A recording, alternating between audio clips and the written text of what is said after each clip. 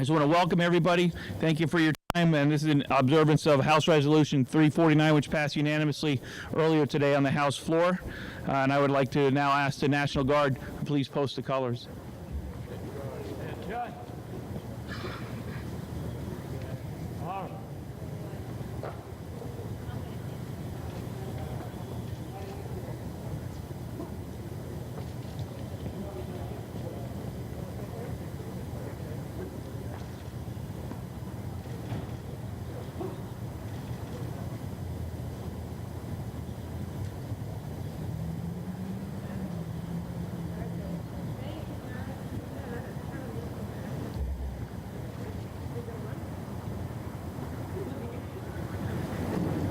I pledge allegiance to the flag of the United States of America and to the republic which it stands, one nation, under God, indivisible, with liberty and justice for all.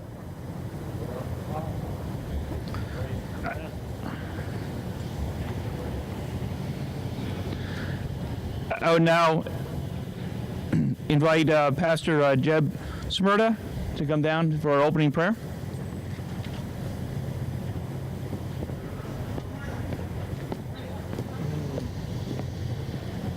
Good afternoon, everybody. How's everybody doing today? Awesome? Should be better than that. Let's have a word of prayer. Open up with the word of prayer and get this party started, all right? And remember our fallen soldiers and the fallen soldiers from around the world also.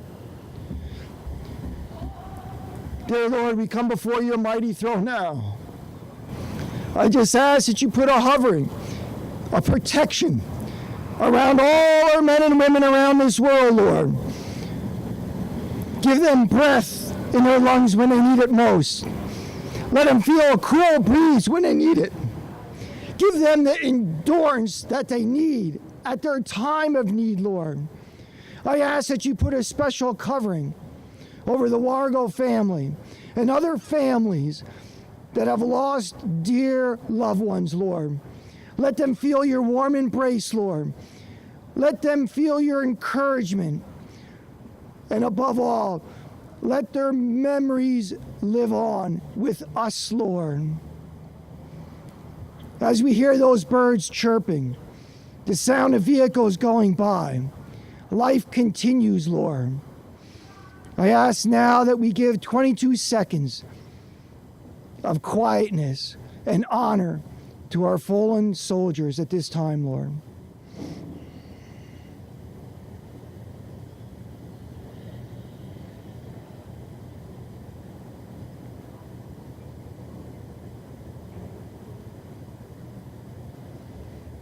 Thank you, Lord, for your grace and your mercy. I ask that you hold off the rain, Lord. In Jesus' name, amen.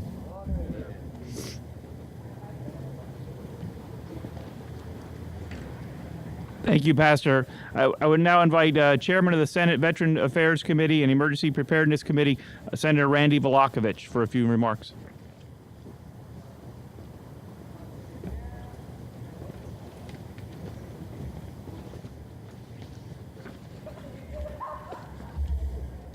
Good morning, everyone. Thank you to Representative Heffley for organizing and inviting me to be part of this important event. As a law enforcement officer for 27 years, I've seen many things that one should never have to see. And every day, our servicemen and women who are on the front lines of war are regularly exposed to far worse. And after they return to the civilian world, society has traditionally assumed that they can now continue with their life as it was when they had left. But for many, that transition is not an easy one. But as medical research has developed, society is much more in tune today with issues such as depression and post-traumatic stress disorder, otherwise known as PTSD. Our House and Senate Veterans Affairs and Emergency Preparedness Committee are working on legislation regarding PTSD for first responders. I applaud Mission 22 and others on the front line of fighting the war against veteran suicide. You have heard that every day 22 veterans commit suicide. We know this can be prevented, and it first starts with awareness and then action. And if you're on Facebook, you have probably seen videos of those doing 22 push-ups. Well, I hate to admit it, but I'm not going to drop and do 22 today. But I'm going to thank Mission 22 for seizing this issue and doing something about it. And I will try to remember to do my 22 seconds a day and remember these people. That I will try to do. And there are many other wonderful organizations like the Leak Mountain and Hunting Preserve that is dedicated to our wounded warriors. I'll be visiting their preserve in a few weeks and thanking veterans for their service. There are many ways that we can all do something to address this issue. Sometimes a little smile, pat on the back, just sit down next to someone, lend them your ear. Sometimes it's just a thank you for their service. And if you can ever be of help, please get a hold of me. I'll try to do what I can. So there's a lot of things you can do. And to the parents of Army Specialist Michael Wargo, Michael and Sarah, we thank you for your son's service to this nation. We thank you. And we thank you for remembering the spirit with Mission 22. No one knows what people go through in war unless they've been in it themselves. Sometimes it's not even the actual battle. It's the aftermath or the tragedy that you see that results from battle. And people carry that vision with them every day. Sometimes it's an action they took that none of us can possibly relate to, that they think about every day and say, I wish I'd have done that differently. I know, on occasions, even in police work, I thought I could have done that differently.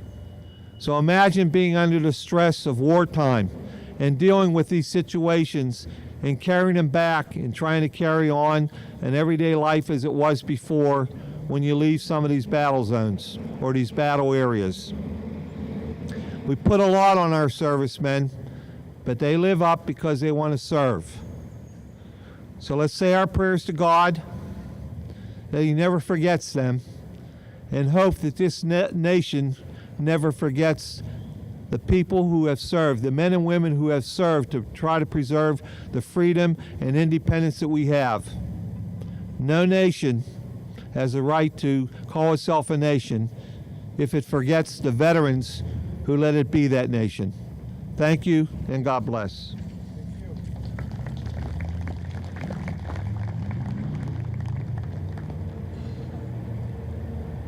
And now I would call upon the chairman of the House Veterans Affairs and Emergency Preparedness Committee, Representative Stephen Brar.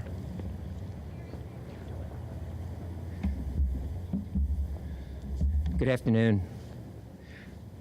I know I have glasses here somewhere. Thank you. As chairman of the House Veteran Affairs and Emergency Preparedness Committee, I commend Representative Heffley for his strong support of our veterans and for holding this important event today. Veteran suicide is one of the great issues of our time, and it's hard for us to understand why someone coming home would fear they should celebrate coming home and not have a fear of it. As all who pass this memorial honoring the life and dedication of Michael Wargo, may the focus be on the responsibility each of us has to our veteran community. Veteran suicide is a true tragedy that is becoming more prevalent, yet the stigma still exists. Together with other members of the committee, we work closely with the veteran service organizations and the veteran community, doing everything we can to support these men and women in uniform. But are we doing enough? Of course, the support they receive cannot end when they return home. It is critical that the care continues to help them fight the overwhelming effects of post-traumatic stress and traumatic brain injury. We cannot accept the many sacrifices of our veterans that they make without also being there to help them in their time of need. Memorial Day is just a few days away. Let's honor the brave men and women who've lost their lives for justice and democracy by carrying on the mission they held so close to their hearts, protecting their sisters and brothers in uniform. There can be no greater tribute. It's an honor to be here to support Mission 22 as the organization continues to raise awareness about the heartbreaking epidemic of veteran suicide. Thank you.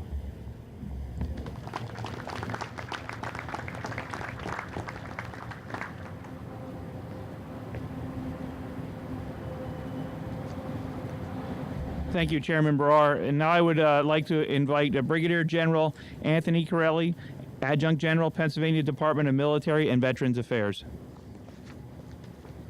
Thank you, sir. Good afternoon, everyone. Thanks to Representative Heffley for sponsoring this event today to help us show and shine a spotlight on this epidemic that runs through our veterans population. Of course, here in the Commonwealth of Pennsylvania, we have nearly 900,000 veterans. We're the fourth largest veterans population in the nation.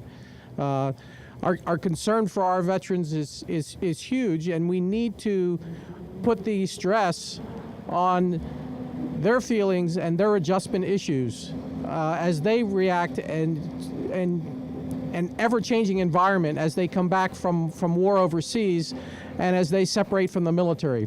Of course, in the military, we have different phases of care for those that are still in uniform, and those that are still serving an active duty are generally at work every single day as an active duty service member. They have access every day to their wingman on the air side, a battle buddy on the Army side, and all the services call it a different matter, but they have their comrades at arms that they spend every single day with when you're on active duty. And they deploy and they serve in those combat zones, and they serve together with those battle buddies, return home with those battle buddies, and are able to relate their experiences and generally have a better adjustment rate. But we still see problems. We still see suicides on active duty. You transfer that into the Guard or the Reserve, and it's not as much a more intense or a less intense service. Our Guardsmen and our Reservists will serve a few days a month in their military capacity. Of course, they will be mobilized and they will deploy in a combat zone and return home and return to their civilian jobs. But they will still get to spend a few days a month and a few weeks a summer during training to spend time with their battle buddies and spend time with their wingmen and relate their experiences and have to talk. But of course, our veterans who have separated from the military, as they return to civil life, many of them obviously no longer have access to a military base every day. They are no longer with their battle buddies or their wingmen, and they have a harder time trying to find someone who can relate to their experience. These are the veterans that we have the most difficulty with trying to adjust to the civilian life. And this is where we really need to shine the focus the most to their adjustment issues for post-traumatic stress. Our veterans programs, we relate this number, the 22, Mission 22, named after that number, for the number of suicides that we have every day through our veterans. Of those 22, the federal VA will report that 16 of those veterans, 16 of the 22 that commit suicide every day are not registered with the VA. They're not registered with the federal VA, with the state VA. They're not currently receiving any programs or any counseling from the VA. That is just too large a number for us to fathom, and it's too many people that have no contact with all of the resources that we have to try to help these veterans adjust to civilian life. We need to combat those 16. We need to find those veterans, those 900,000 veterans that we have in the Commonwealth, and we need to make sure that they are registered and they are aware of the programs and they do have a veteran battle buddy that they still can talk to if they are having adjustment issues.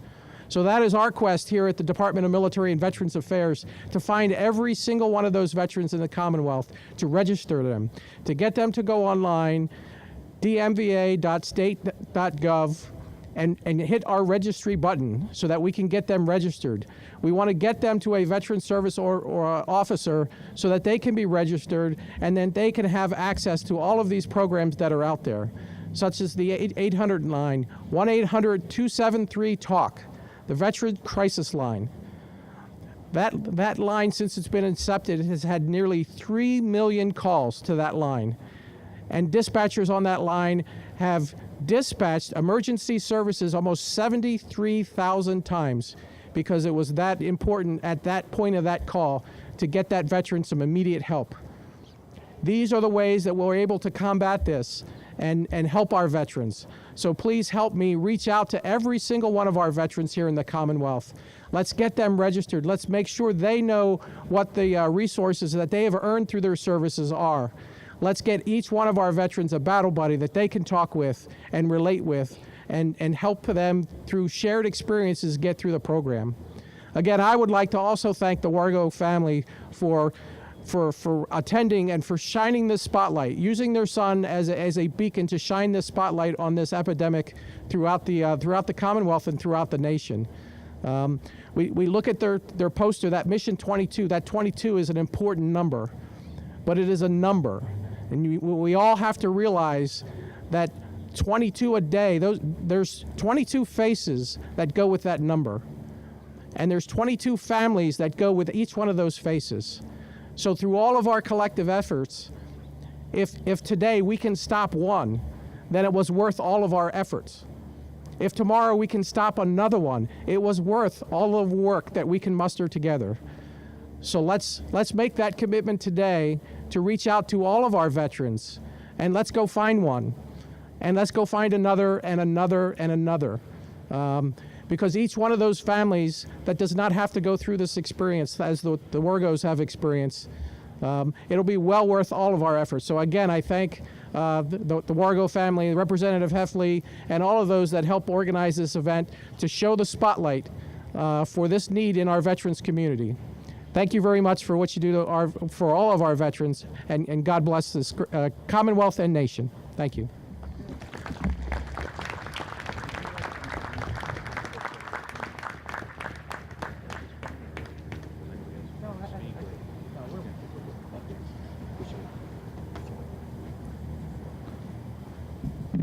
Thank you, Brigadier General Corelli. I would now like to introduce Mike Kessel, founder and vice president of Mission 22.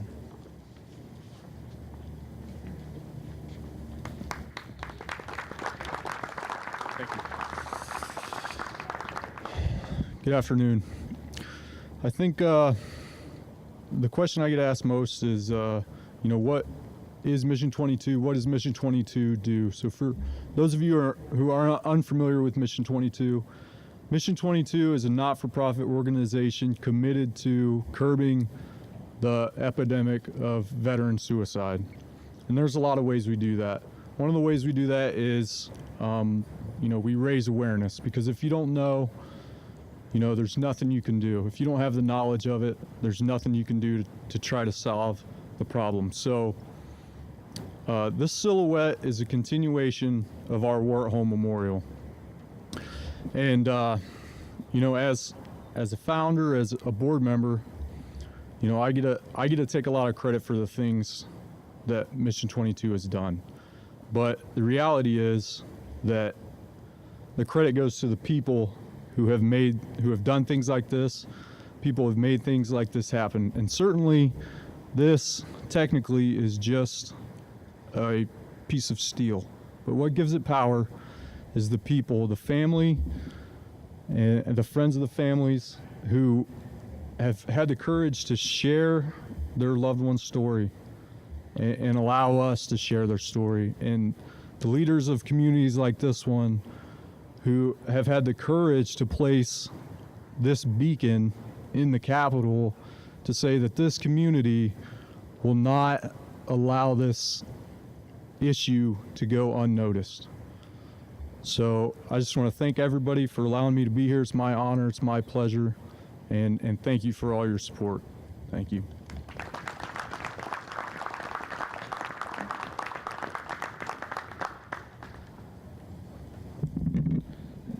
Thank you, Mike, and thank you for your service. And I thank all the veterans that are here today for their service to this country and for coming out to mark this day.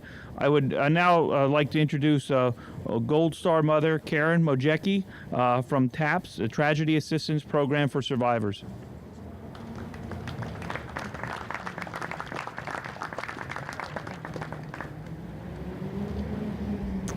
Good afternoon. Thank you for the opportunity to speak this afternoon. I'm here to support Mike and Sally because they're part of my family. Both of our sons honorably served this country in the United States Army. Mike and Sally's son Michael died in 2013 at the age of 36.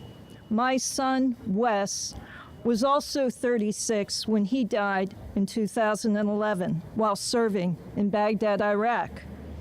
And both of our sons died by suicide. Sally and I were introduced through a wonderful organization for the families called TAPS, the Tragedy Assistance Program for Survivors. But TAPS is more than an organization. It is a caring community of over 70,000 men, women, and children who have experienced the death of a loved one who has served in our military. A key to understanding the strength of TAPS is to look at the founder and the matriarch of our family, Bonnie Carroll. Bonnie's warm smile, her welcoming presence, and her encouraging words greet her fellow survivors at the various TAPS programs and events. She's with us when we run the Marine Corps Marathon. She offers gentle hugs during the solemn events on Memorial Day weekend in our nation's capital. Bonnie gives us courage and hope because she intimately understands the grief journey. Bonnie's husband, Army Brigadier General Tom Carroll, died in a C-12 plane crash in November 1992. There were 7 other soldiers who also perished in that tragic accident. The 8 surviving families came together as a community to comfort and support each other through their grief journey. Bonnie's experience after the loss of her husband inspired her to investigate all the resources available to support families of the fallen. She discovered the need for a military survivor peer support network, which was not offered by the military, the government, or any other organization. Her belief in the effectiveness of peer support inspired her to begin TAPS in 1994. The heart of TAPS is the Peer Mentor Program. A peer mentor, like myself, is a surviving military parent, spouse, sibling, or other family member who is ready to serve and at least 18 months after the death of their loved one. Each peer mentor goes through several levels of training before we're matched with another survivor. The professional staff at TAPS matches peer mentors based on many circumstances, including our relationship to the person who died and the circumstances of our loved one's death. What do peer mentors do? We serve as companions to the other survivors. We listen and we provide emotional support. We connect our mentees to other resources through TAPS.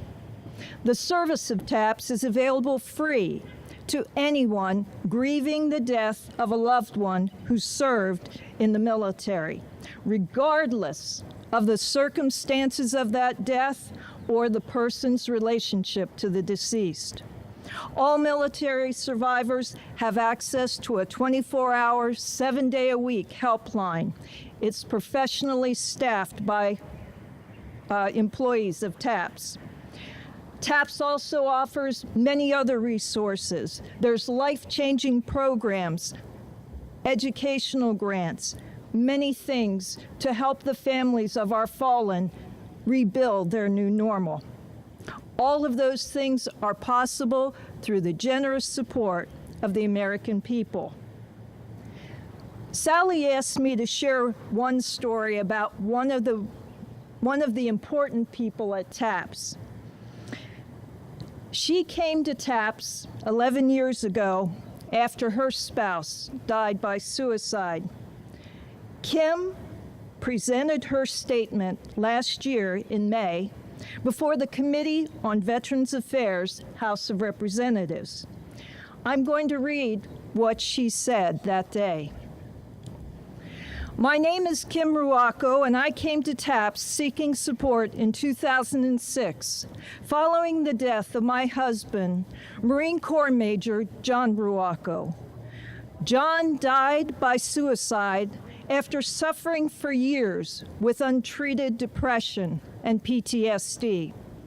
He was an attack helicopter pilot who flew 75 combat missions in Iraq, and he died 3 months after he returned. When John died, I was overcome with emotions and questions. I was desperate to talk to others who had experienced this kind of loss. I had a lot of hard questions, like, how do I tell my 2 boys, who were 8 and 10, that their dad made it safely back from combat and then took his own life? I had questions about spirituality and increased risk for myself and my children. And I had a need to know why someone dies by suicide. I realized that a death by suicide required a different kind of grief journey than other military deaths. Kim found the support she needed through TAPS, and she is now the Chief External Relations Officer for Suicide Prevention and Postvention at TAPS. Her personal and professional experience has given her a unique understanding of the needs of suicide loss survivors. She has helped to develop effective resources and programs to assist other survivors. And Kim has shared her expertise with the military, our government, the media, and other community organizations.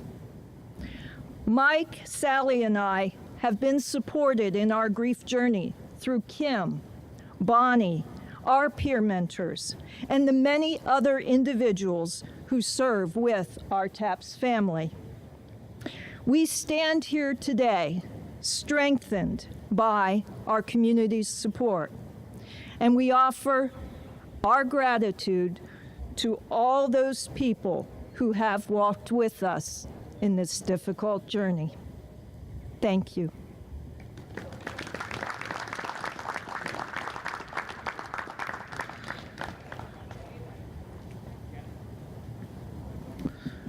Thank you. I would now like to introduce Mr. Mark Bayless, founder of the Valor Clinic Foundation.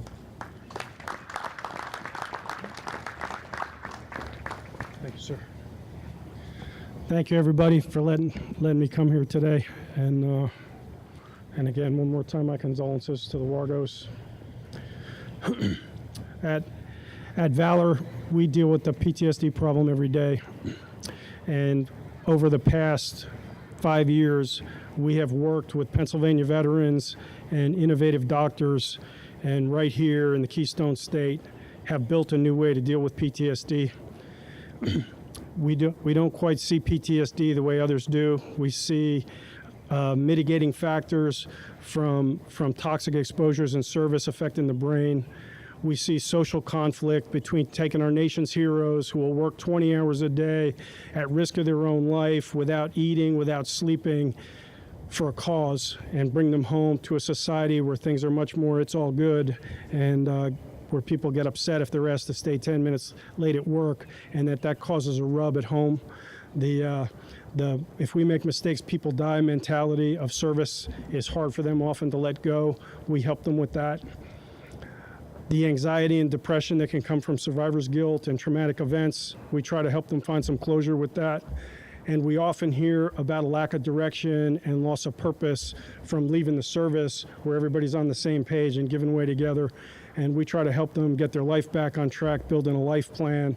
And we have seen a lot of success with that. We've partnered with other agencies like Healing Waters to give some stress management tools in between, and agencies that train service dogs to provide some continuity of therapeutic feelings. But we're very proud to say that we have about 135 graduates now of our PTSD program, and they're all alive. And so we're doing our best we can to represent Pennsylvania in the war at home. And we hope that if anybody out there knows of a vet struggling with the War to Peace readjustment, that you will let us know, and we will try to encourage them to come in. And we hope that this marks a turning point for the state. We would like to hope that the state would make this color an official color for PTSD awareness in the state, much like this statue. The people that see it, maybe we can get all across the state, where when people see this color, they think about the War to Peace readjustment and veterans struggling with PTSD. And I thank you for letting us come here today. And we're very proud of the efforts of Mission 22, so I want to congratulate them.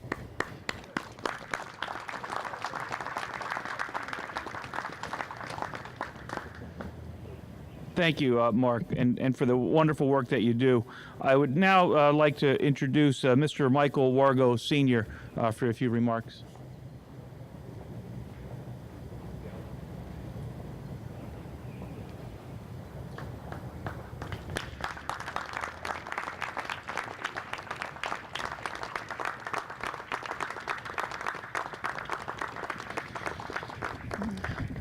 Thank you all for coming out today, and special thanks to Representative Doyle Heffley for helping us make this happen. I want to speak a little bit about our son Michael. He graduated from Lehighton High School in 1994, National Honor Society. He went to Philadelphia College of Pharmacy and Science. He wanted to be a doctor, but he fell in love, and he didn't want to devote another 8 years of his life to education. He had a great life ahead of him. Everything was going great.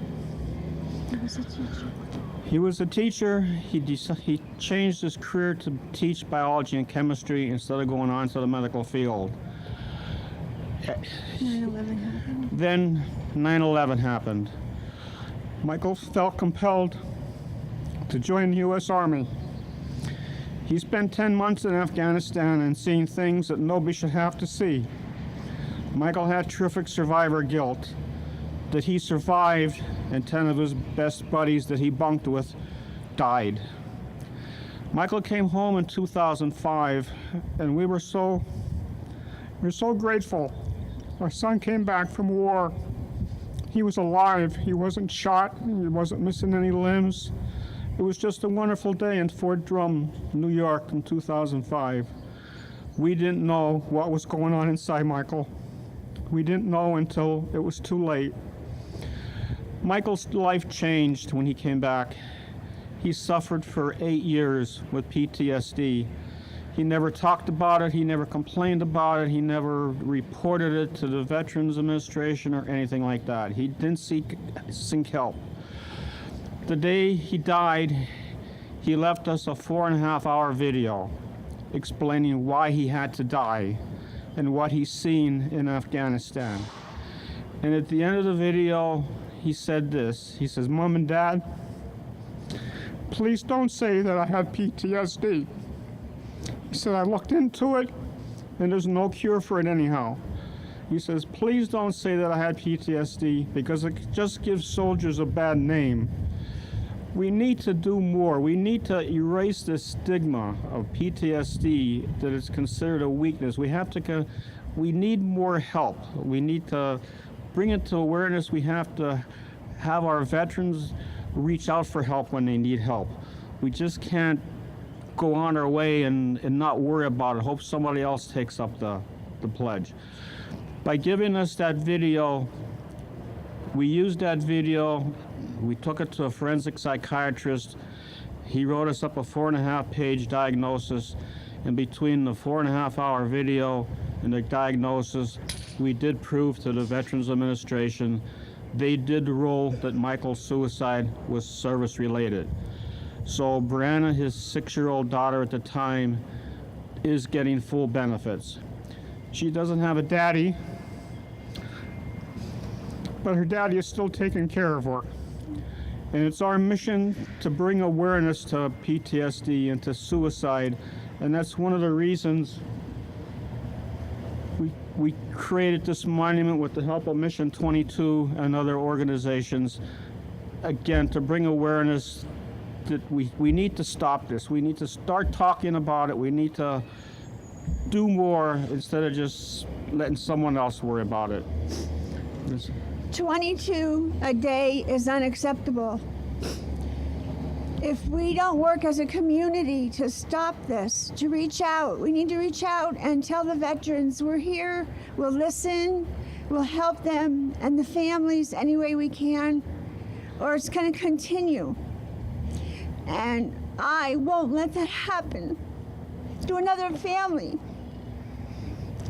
because we need to stand together. We sent them off to war, and now we have to bring them home and fix them. We train them so well to go over and fight for our country, but I think we let them down when they come back. Yes, we do. We just give them a quick exit interview, and they're not going to give you right answers at that point. They just say, yes, yes, yes, I'm fine. They want to get home to their families and their friends. What we need to do is we need to follow up 6 months down the line, 12 months down the line, and ask them the same questions. Ask the questions to their spouses and their children and their parents to see how they're really, really doing. Then you'll get the true answers, not just a quick exit interview when they came home. You probably heard these numbers before, but since Desert Storm, we've lost 6,000 of our best men and women killed in action. 6,000. The same time period, we've lost 120,000 that have survived war and came home and took their own life. 6,000, 120,000. One is too many, but we need to do something. It's just not acceptable. We need to stop this. We need some more programs. We need to. I don't know. We need to support the families. We need to support the families, and we need to reach out and let the veterans know that there is help out there. Yeah. Thank you. Thank you. You all for coming. Thank you all for coming.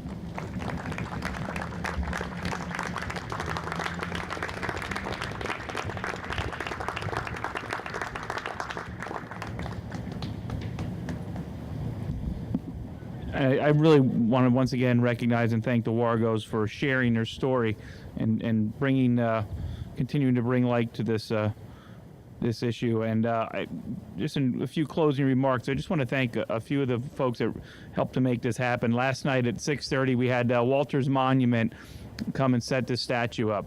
It weighs about 2,000 pounds, and they were here for about 2 hours setting this up, and they did a wonderful job. I also want to thank Mission 22 for the work that they do. And I stood here last night and I admired the monument, and it has personality. I think when you look at it, it's very solemn, and you realize what Mission 22 is about and the great work that they're doing, and how we need to continue that. I also want to thank the Patriots Guard for providing the flag line and standing here today for all that you do. Thank you.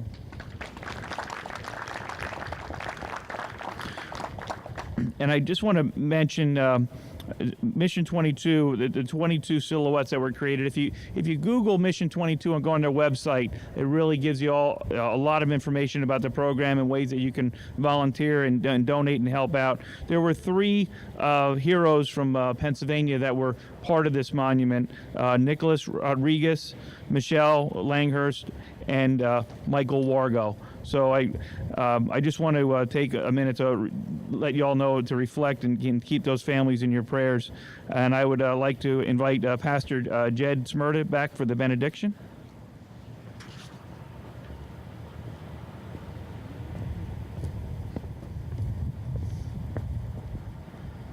I'd like to say thank you to Michael and Sally Wargo for sharing their story Their son, Michael Jr., and I served at the same time up at Fort Drum, 10th Mountain Division. It's real. Like Michael said, it's sad. 6,000 soldiers lost their lives. 120 took their own lives stateside. We need to bring this to the forefront. There's no question about it. Something must be done. I encourage everyone here, if you know a vet, send a private message on Facebook. Just say hi. That's all you got to do. Keep them in your prayers. You never know what's going on in somebody's head, what we deal with. And also law enforcement, it's the same deal. I served in law enforcement a number of years.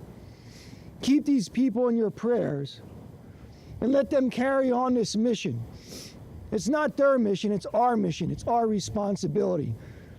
Let's keep that to our hearts. Dear Lord, I come humbly before your throne, Lord. I ask that you put a covering over our military, over the families that have lost loved ones stateside. I ask that you be with our allies overseas, Lord.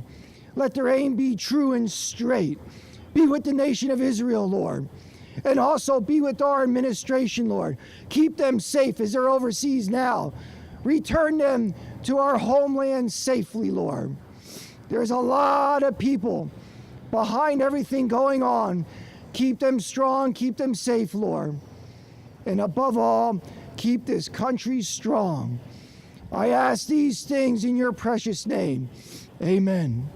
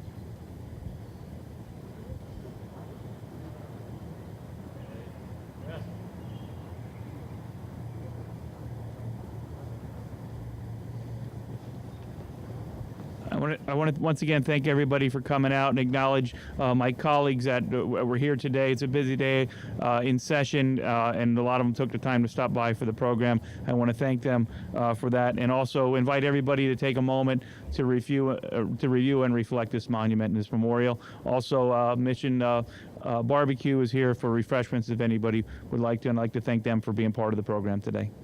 Thank you all.